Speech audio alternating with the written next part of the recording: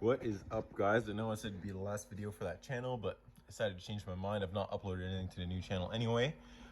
This is my 6.0 F-350 to F-450 conversion build. It was originally a single rear wheel. It is just being finished up. I just got a wire in. I converted it to a big truck style because the plastic Ford ones always break. So I just got these little tiny 3/4 inch lights. My dad just helped me build these brackets because it's a little easier. Because I was busy, I was in school. You can't really see, but it was originally a single rear wheel. You can see the body line there, the paint line from whenever you painted it. But yes, so it is F-450 converted. And a lot of you guys are probably wondering how I managed that. So the front was probably the simplest part.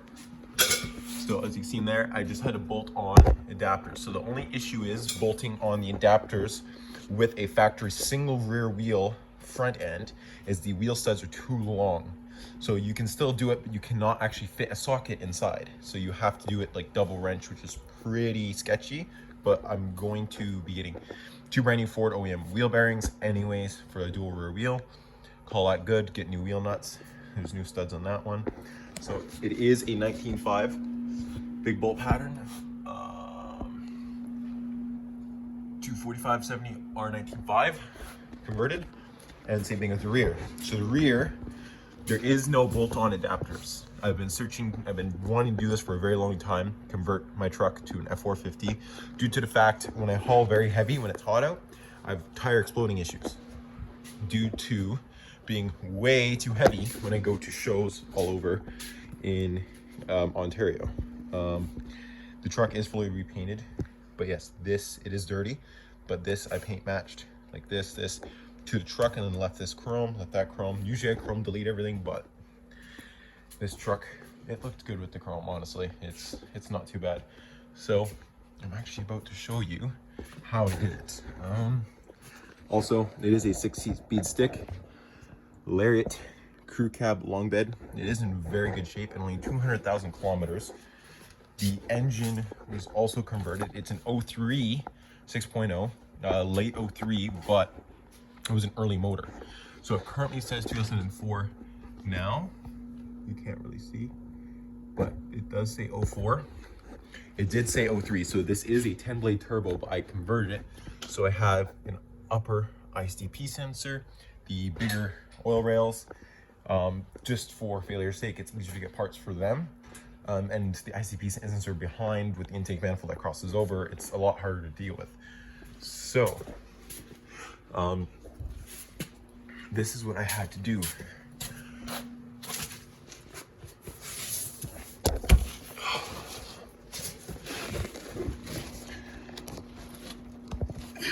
Okay, so yes, looks kind of butchered. It's actually just rusty. They're actually not too bad beads.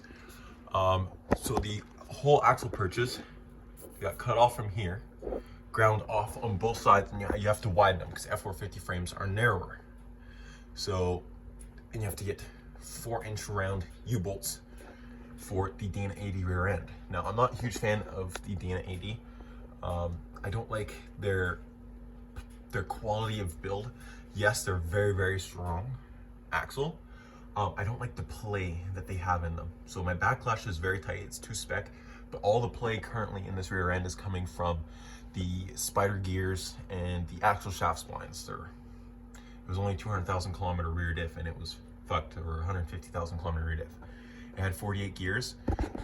I re-geared it to 373s. But yes, you have to cut off both axle purchase and then re-weld them along with the shock brackets. I cut the ones off of the 10.25, sorry, the 10.5. You have to cut them out with a torch for a 4-inch round instead of a 3.5 tube. Then they had to get re-welded on. Once that is on, then you have your shock brackets, which are bolted up, and you kind of just set them to the same droop. So they measured the exact same as the factory, so you don't have binding issues, nothing along those lines. So once you re-weld that, so your pins line up, as you can see, everything's sitting good, flush, and then you can convert it to the Dana 80. Now, here's the other secret.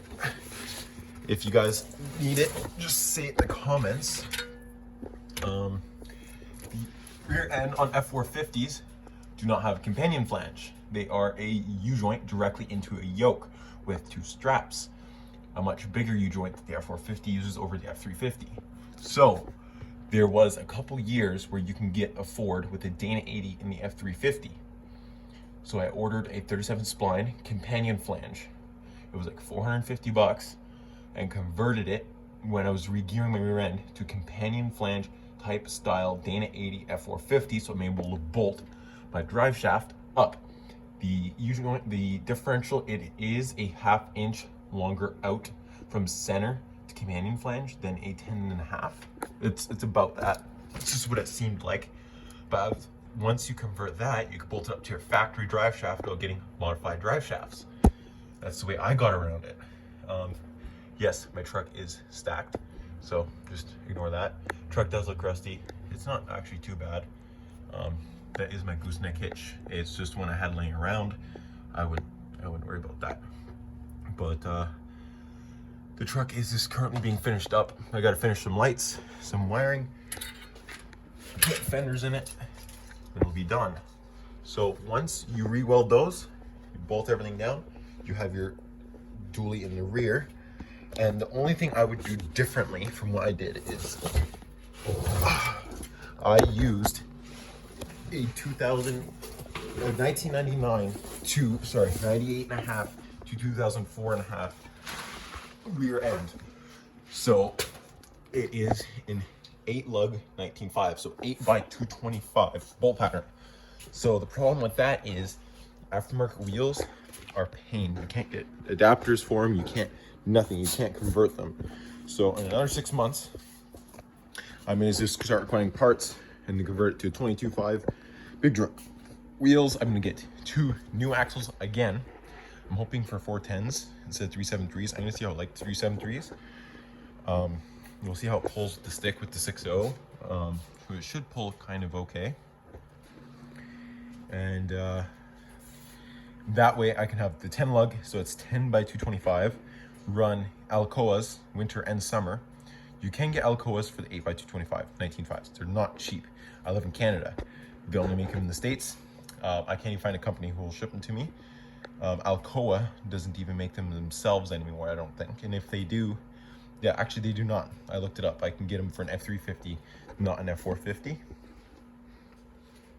But as long as, once I convert it to 10 by 225, I can just, the 10 by 225 Alcoa 19.5 is really easy to acquire.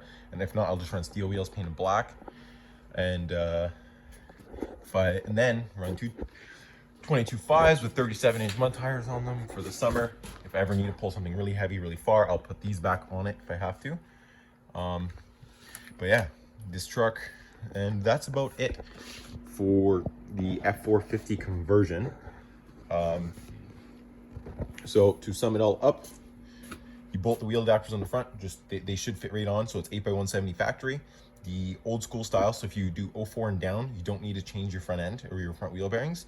If an 05 and up, you have to change your front wheel bearing to an F-550 wheel bearing. And the knuckles are also different. So if you change the wheel bearing, the brakes don't also line up. So you need to take the whole knuckle and take out the ball joints out of an F-550, put the knuckle on your truck, put new brake, wheel bearing, rotor, calipers, then you can run F-550. I'm only running F-350 brakes. So there is a shit ton of room, and it'll get converted again anyway. I have a set of F-450 knuckles here. Wheel studs are a bit too long, can't use socket, you can cut them shorter, it works. I'm probably just gonna change my wheel bearings. It's a pain in the ass to be dealing with 8 threads and trying to get them all perfect and the same length and looking nice. This whole truck, yes, was repainted. It's not perfect. I wasn't in a paint shop. I have done, I'll admit, a better job in my past. It's very, very dirty, but overall it's pretty good. My exhaust, my gooseneck hitch, and the whole truck is LED converted. That's factory Ford LED. Those are not factory Ford LED. Not factory Ford LED. They actually, I really like these. They seem to be pretty good. So yeah, and then for the rear end, for an F-450 cut off axle purchase, so where the spring plates go, or your little spacers, because if you have an F-250, the 1.5, 350s have a 3-inch spacer, but below that, where the perches and the axle, you cut them off, move them out. I forget the measurement. Once you move them out, the spring will line up. Then you have your shock brackets. The sway bar will not work from an F-350. You can see it's hanging there. I got to cut that out. You have to use an F-450 type sway bar in the rear. I'm probably not going to run one in the rear. A lot of my Fords, I don't run sway bars because the bushings don't last more than 2 weeks, because our roads up here are shit. There's a reason why no one can drive a Dodge anywhere here, because they're doing their first ball joints at 5,000 kilometers for a 1-ton dually. That's I'm not kidding. I work for a dealership. These I own like 5 of these trucks. Like I have a, yeah. For example, one there. There's a red one. Actually, I can show you. There's that one.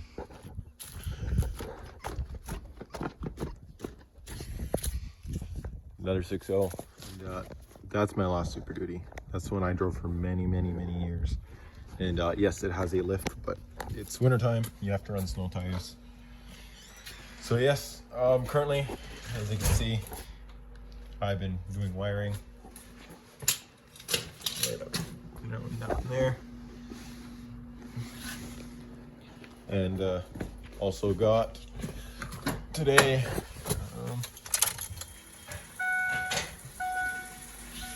LED reverse lights. So that will be all for this video, guys. And I will see you guys later.